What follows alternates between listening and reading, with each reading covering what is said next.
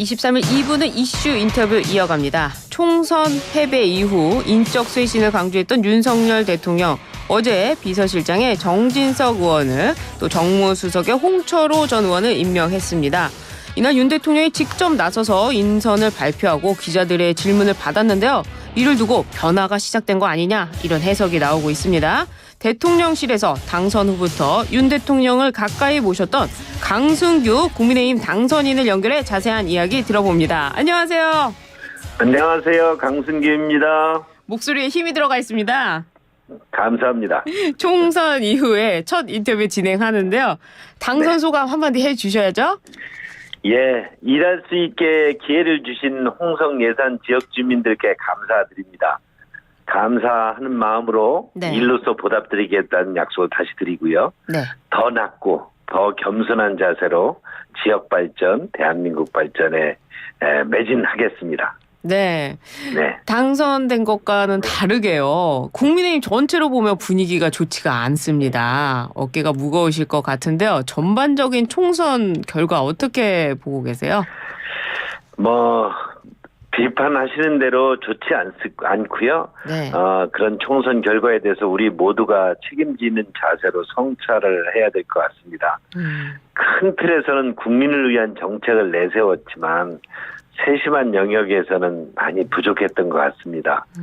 국민께서 바라시는 변화가 무엇인지 또 어떤 것이 또 국민과 나라를 위한 길인지 우리가 당이나 또 정부나 함께 고민하고 성찰하는 그런 시간이 돼야 될 것 같습니다. 그렇군요.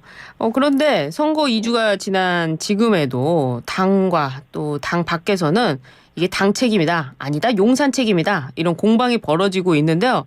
대통령실 시민사회 수석으로서 지금 이 현재 상황 누가 더 책임이 있다고 보십니까? 모두 다 부족했고 잘못한 것이죠. 저희가 국민들의 부름을 제대로 받지 못했다는 것은 저희들의 소통 과정 또 총선의 여러 가지 전략, 국민의 뜻을 이루는데 많은 것이 부족했던 것이죠. 총선 결과에 대해서 남탓할 때가 아니라고 생각하고요. 네. 정말 어떤 면이 부족했는지 제대로 따져봐야 되고 또 이런 부분에서 어떤 한쪽의 책임론을 통해서 또 그쪽을 공격하기보다는 우리가 총체적으로 어떤 우리에게 무엇이 부족한지를 정말 제대로 따져봐야 될 것 같습니다. 어제 당선자 총회에서도요. 네. 그런 부분에 대해서 빨리 성찰하자. 그래서 백서를 만들기 위한 지난 총선의 패배를 원인을 따져보고 성찰하는 백서를 만들기 위한 TF팀이 발족이 되었습니다. 그렇군요. 그런데 당보다는요. 용산 대통령실 대통령의 변화 속도가 좀 더 빠른 것 같아요. 민주당 이재명 대표에게 전화를 직접 해서 회담을 제안하기도 했고요. 그리고 정무수석, 비서실장 인선도 빠르게 했는데 이 이재명 대표에게 전화한 부분 이건 굉장히 그 변화의 시그널이다 이렇게 평가할 수 있는 겁니까? 그렇습니다. 대통령께서 좀 정치에 좀 더 집중하시겠다 이런 그 입장이신 것 같아요. 네.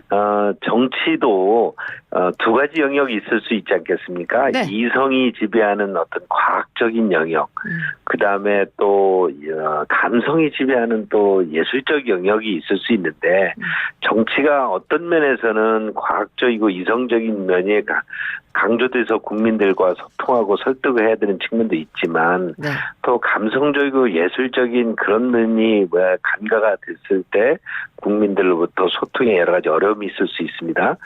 지금 대통령이 어떤 정치의 스타일을 좀 바꾸시는 모습 등은 이런 감성적이고 예술적인 영역, 국민과의 소통의 어떤 스타일에 있어서 변화가 필요하다고 생각하시는 것 같고요. 네. 그런 측면에서 직접 영수회담 부분에 대해서도 어떤 이유 등으로 이제 그동안에는 좀 불편해 하셨지만 이번에는 이제 적극적으로 지금 나서시는 것 같고 어제 여러 가지 입장을 발표할 때도 직접 나서시는 이런 모습 등이 이런 감성의 영역, 예술의 영역 등을 좀 더 보완해서 국민과의 소통을 강화하시겠다는 의지가 아닌가 이렇게 보여집니다. 아, 그렇군요. 정치 부분에 있어서 감성, 예술적인 부분을 좀 보완을 했다 이렇게 보셨는데요.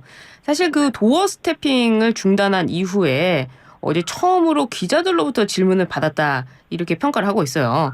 언론에서는 522일 만이다라는 표현까지 쓰면서 쌍방 소통의 재개다 이런 표현을 하던데요. 그 대통령의 소통 부분의 지적 그리고 어제 그 기자들과의 그 질의응답 이 쌍방 소통의 재개라고 하는 부분에 동의를 하십니까? 뭐 그렇습니다.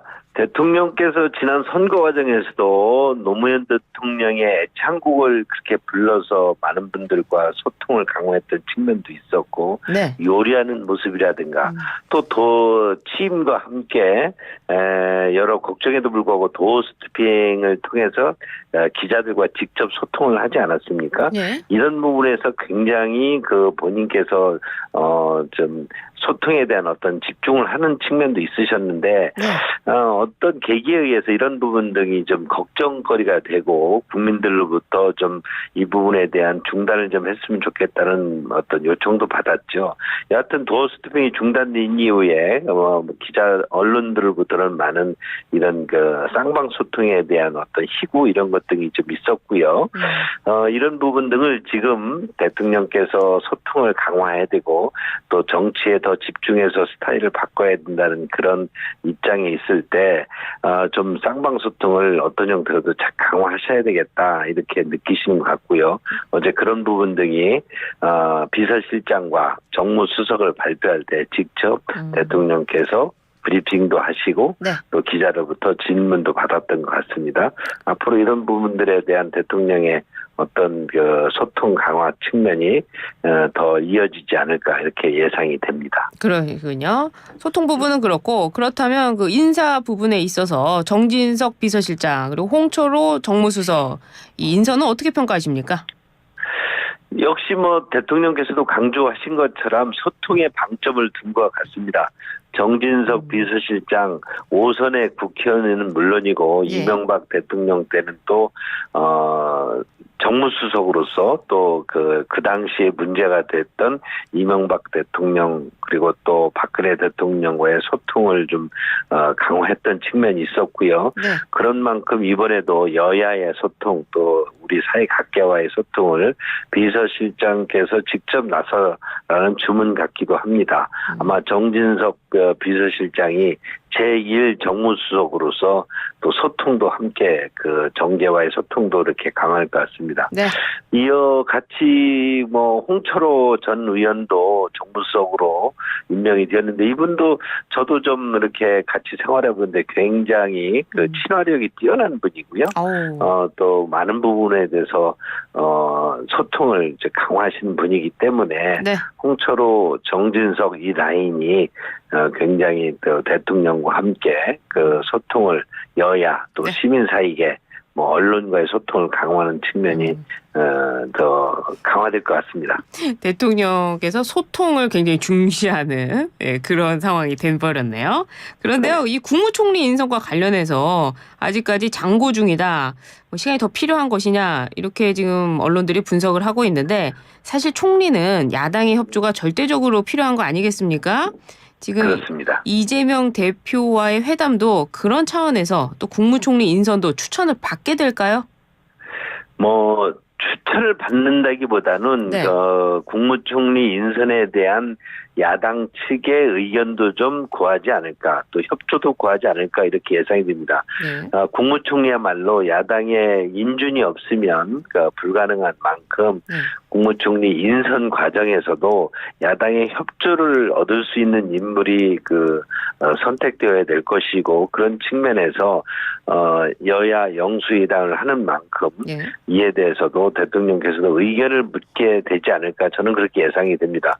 물론 이재명 대표가 이에 대해서 뭐 사전에 동의 여부라든지 협조적인 자세를 취할지는 알 수 없으나 대통령 입장에서는 여야 영수회담을 하는 만큼 또 국무총리를 또 빨리 새로 인준을 해야 정부가 또 정상화될 수 있는 만큼 이에 대해서 야당의 협조를 구할 것이다 이렇게 예상이 됩니다. 인선을 추천받을 수도 있다 뭐 이런 뜻이네요.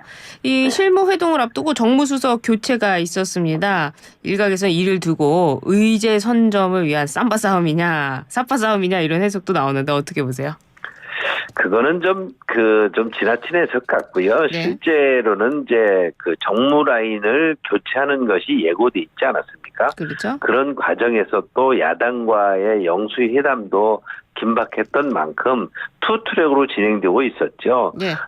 야당과의 그런 영수회담을 정무수석이 또 조율할 수밖에 없었고 또 비서실장과 정무수석을 빨리 또 교체를 해서 이 국면을 정상화해야 되기 때문에 정무수석은 의제를 조율하고 있었고 네. 또 대통령께서는 또 이쪽에 임명을 하다 보니 그것이 우연히 맞아 떨어졌을 때 이것을 왜 뭐 의제 논의를 하고 있는 과정에서 정무수석 교체하느냐, 이것은 또 야당과의 어떤 협력을 또 초반부터 뭐 이렇게 좀 삐그덕거리는 게 아니냐라는 뭐 해석도 있을 수 있습니다만 아마 뭐 대통령실에서 나중에 해명한 것을 보면 이에 대해서 사전에 양해도 구했다. 정무수석 교체에 따른 뭐 약간의 딜레이가 있을 뿐이다라는 것만 양해를 구한 만큼 이 부분은 아주 정상적으로 진행될 것으로 보여집니다.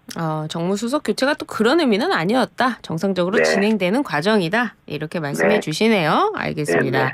좀 주제를 바꿔서요. 국민의힘 이야기를 좀 살펴보도록 하겠습니다.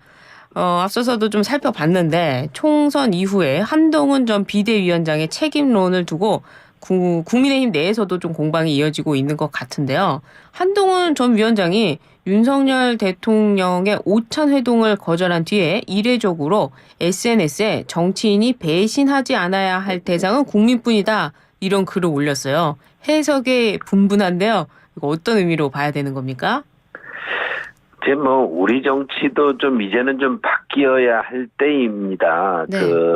어떤 부분에 대해서 지나친 해석, 한 일방적인 공격을 통해서 누군가에게 프레임을 세우는 그런 정치에서 좀 벗어나서 우리가 뭐 어떤 현상이나 이슈가 있을 때 이에 대해서 우리가 무엇을 잘못했고 무엇을 잘할 수 있는지에 대해 따져볼 필요가 있는 것이고요. 네. 한동훈 위원장 같은 경우 우리 당의 자산입니다. 선거에서 많이 고생했고 선거 과정에서 잘잘못이 있었겠죠. 이런 부분에 대해서 당도 같이 함께 이에 대해서 따져봐야 될 것이고요.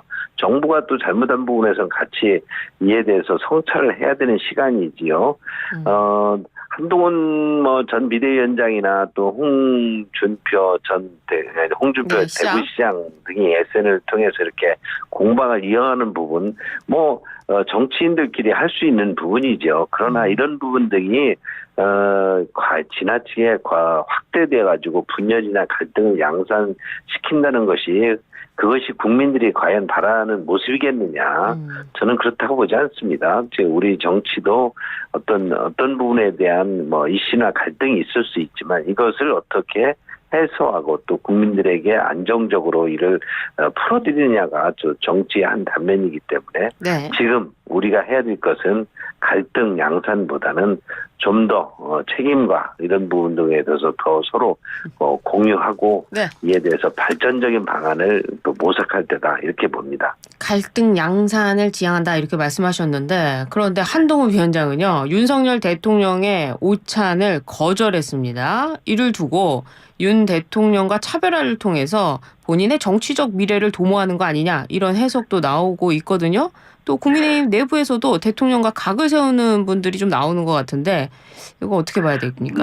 정치에서 그렇게 대통령과 각을 세울 수도 있고 또 대립구도도 만들 수 있지요. 또 한동훈 전 비대위원장도 정치를 한다는 입장에서 어떤 본인의 포지셔닝을 하느냐는 것은 제가 정확히 알 수 없습니다만 네. 지금 선거가 끝난 국면에서 제가 또 우연히 한동훈 위원장께서 통화를 전화를 주셨기 때문에 통화를 한지 통화를 했는데 네. 굉장히 지쳐 있었고요. 좀 쉬어야 되겠다는 생각을 하고 있더라고요. 저도 좀 무조건 쉬어라. 다른 어떤 부분에 주변에 얘기가 들리더라도 쉬는 것이 최선의 솔루션이다. 이렇게 이제 저도 충고를 해준 바가 있습니다만 네. 지금 어떤 한동훈 위원장이 뭐 대통령의 식사 거절, 제의를 거절했다 이런 부분 등을 너무 과대하게 해석할 필요는 없을 것 같습니다. 그래요?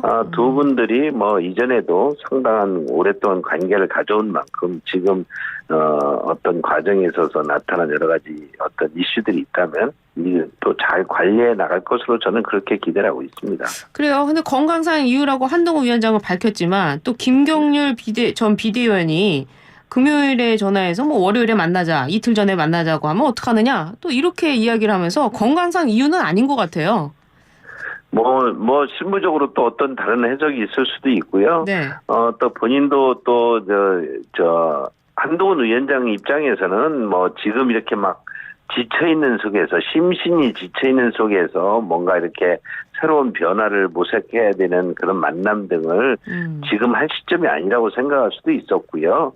또 실무진 입장에서는 뭐 대통령실의 여러 가지 그 어떤 전원이나 제안 등이 뭐 격식에 또 안 맞는다고 할 수도 있었기 때문에 그런 부분 등은 이제 조율해서 관리할 수 있는 문제이지, 일각에서 우려하는 것처럼 그 갈등으로 이렇게 비화될 그런 성질이냐, 저는 그렇게까지는 보지 않는다, 이렇게 봅니다. 만날 시간이 아니었다. 그러니까 건강상 이유는 핑계였다. 뭐 이렇게 볼 수도 있겠네요. 시점도 또 네. 건강상 이유도 있을 수 있고요. 네. 또 만난 시점도 좀 적절하지. 한동훈 전 비대위원장 입장에서 좀 지금 뭔가 어떤 입장 또는 어떤 얘기를 하기가 좀 자기로서 정리가 되지 않았다 이렇게 볼 수도 있지 않습니까? 그렇겠네요. 지금 워낙 그 선거에 정치라는 것을 처음 뛰어드는 거 아니겠어요? 예. 그동안에는 검찰 또는 장관 입장에서 정치라는 곳에 정말 그 아주 격렬한 그 선거 현장의 비대위원장으로서 몇 개월을 지냈는데 그것이 본인에게 또 많은 경험도 있고 본인의 아무리 재주가 있다 하더라도 네. 아주 색다른 경험이었을 텐데 거기에서 많은 갈등도 있었을 것이고 그 또 시행착오도 있었을 것입니다. 이런 부분에 대해서 본인이 지금 정리하는 시간일 텐데 그렇군요. 본인의 정리도 좀 안 끝났을 때 대통령께 가서 자기가 어떤 얘기를 좀 하는 것이 좀 아직은 좀 이 시기상조다 이렇게 판단할 수도 있을 것이라고 생각합니다. 이런 그렇군요. 부분에 대해서 예. 지금 한 위원장의 입장도 좀 고려할 필요가 있다. 저는 그렇게 봅니다. 그렇습니다. 워낙 경험이 많으시니까 또 이해하신 것 같은데요. 이제 지금까지 인터뷰한 우리 강승규 당선인이 너무 축하드립니다. 감사합니다.